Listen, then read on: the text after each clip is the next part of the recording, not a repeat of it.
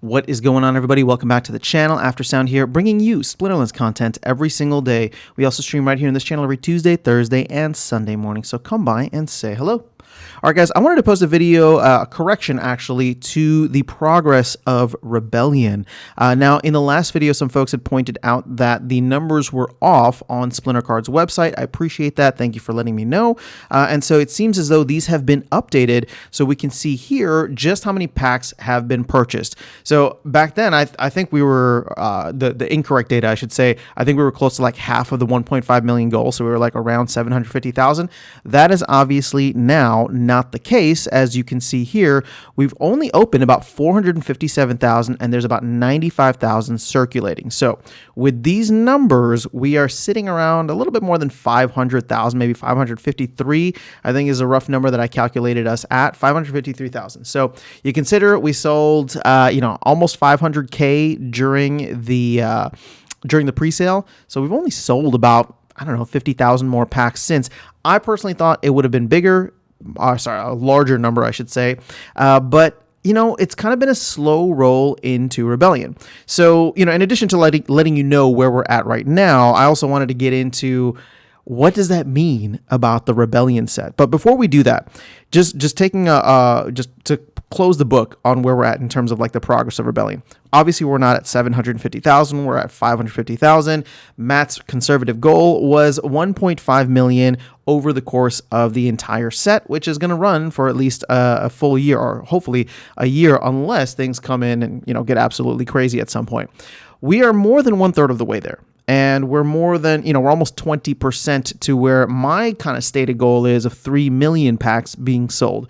So I would say that we're still relatively well on track, but I think there's going to be a little bit more, there needs to be a little bit more of a push for these Rebellion cards. And obviously, conflicts have not gone live yet. So I do want to make an update to this maybe sometime mid-January or like a couple weeks after conflicts have gone live, just to see how much has been eaten up off the market, because the main impact of that is going to be the fact that all these cards that are, like extras for people right now that they are renting out, they won't be on the rental market. So everybody who doesn't need to, have these cards, everybody that needs these cards or is using these cards right now, they will need to buy them in the future. Again, there's probably an excess of rental cards because people are just putting them out there, but we'll have to wait and see how much the rental market dries up.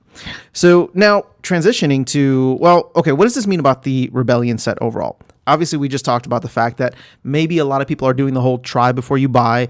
There's, the cards are definitely at a premium right now, and you can still see that as the estimated pack values. Well, it's only slightly higher, so a lot of the arbitrage has been taken out. But the bigger question then becomes, how powerful or weak is this set? Now, again, I've done a couple of videos in terms of talking about the cards that seem OP or the cards that seem to be a must-have. Many of the people that I've talked to that do have extensive Rebellion collections, they're all saying, just look at the market. You can see what's getting eaten up off the market. I did a video on that. And for me specifically, right, I haven't run into anything outside of Mantaroth, honestly, that has been, a real pain to deal with in gold, at least. So at this point in time, I'm wondering if maybe there's no combos yet. Maybe we haven't really figured out all these things. Now, weapons trading, I think, is still going to be a major game changer. I think it already is. But my guess is that the reason people aren't running into these cards, the reason that they're not running into Rebellion, is because they're not playing at the top tier.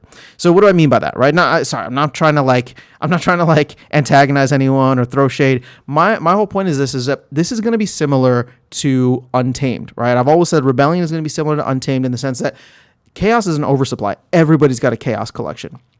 But what people don't have, back then was Untamed, now most people don't have Rebellion, obviously. So the thing is, people who do have a larger collection, a wider variety of options to choose from, they will always filter to the top, assuming that they're actually decent at the game, which, again, if they're buying Rebellion cards, they probably are. So my thought process is, if you're spending time in any of the 2 or 3 leagues, right? So silver 2 and 3, gold 2 and 3, diamond 2 and 3, then you're probably not running into the people who have Rebellion cards. Because for the most part, I'm in gold now. I finish in gold 1, which means I start the new season in gold 3. I'm able to race my way up relatively easily. I don't run into any issues going from gold 3 up to gold 1. But in gold 1, and I'm now, like halfway, I'm almost to the halfway point of gold 1. Now I'm running into Mantaroth. Now I'm seeing more Rebellion cards here and there. And now I've kind of slowed down my progression overall in terms of how far I'm making it into gold 1 at this point. So I guess what I'm trying to get at here is people may think that Rebellion is not very powerful.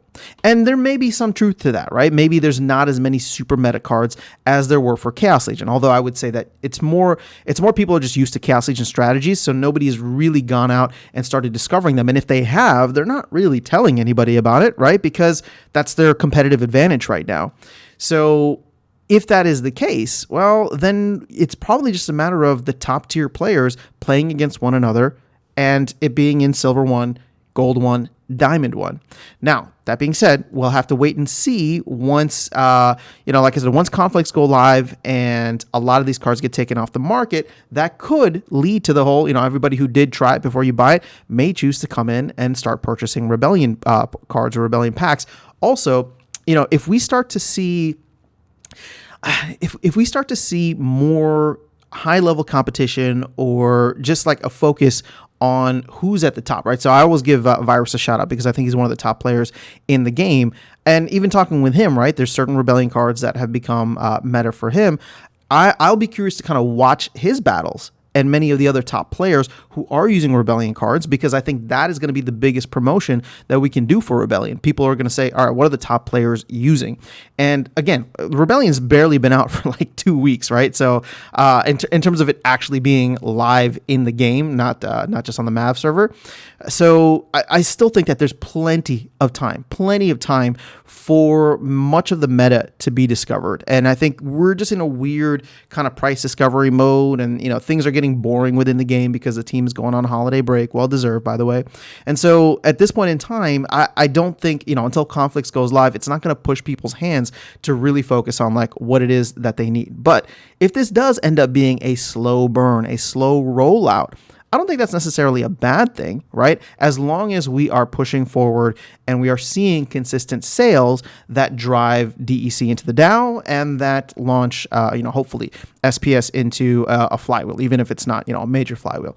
But again, from a token perspective, and that's not the point of this video, from a token perspective, we've still continued to stay, close to peg, and SPS, even though it dipped below, 3 cents, it's now back to 3.1. So overall, I'm not necessarily upset. I don't think that, Rebellion's in a bad spot. I think that this is probably exactly what the team envisioned. Now, maybe they envision probably something a little bit more front heavy, but over time, the cream will rise to the top. And I think we're slowly going to start to see that.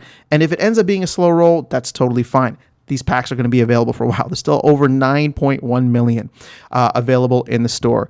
And as more things come out, hopefully we will see where that goes. But let me know your thoughts on Rebellion so far. If you do have an extensive collection, or if you're running into it, like I said, for me, in Gold 2 or Gold 1, High Gold 2 or Low Gold 1, that's where I start running into some of these Rebellion cards. And I'm starting to take notice. I mean, maybe Mantaroth, Grimbardoon Smith, some of these other cards, weapons training, those are things that I need to start incorporating into my strategy. The other thing, and I'll close with this, the other thing that I would love to see more of is people participating in these Rebellion-only tournaments. And I know that there's tournaments, like a tournament reformat or, overhaul. I did a video on that in terms of the proposal.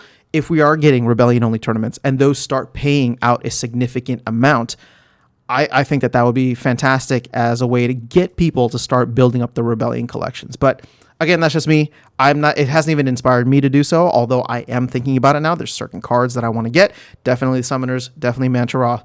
But I'm just going to wait and see how the market kind of plays out over the next couple of weeks here. So let me know your thoughts in the comments below. That is all I have for you guys in this video. I'll catch you all in the next one and see you around the game. Take care.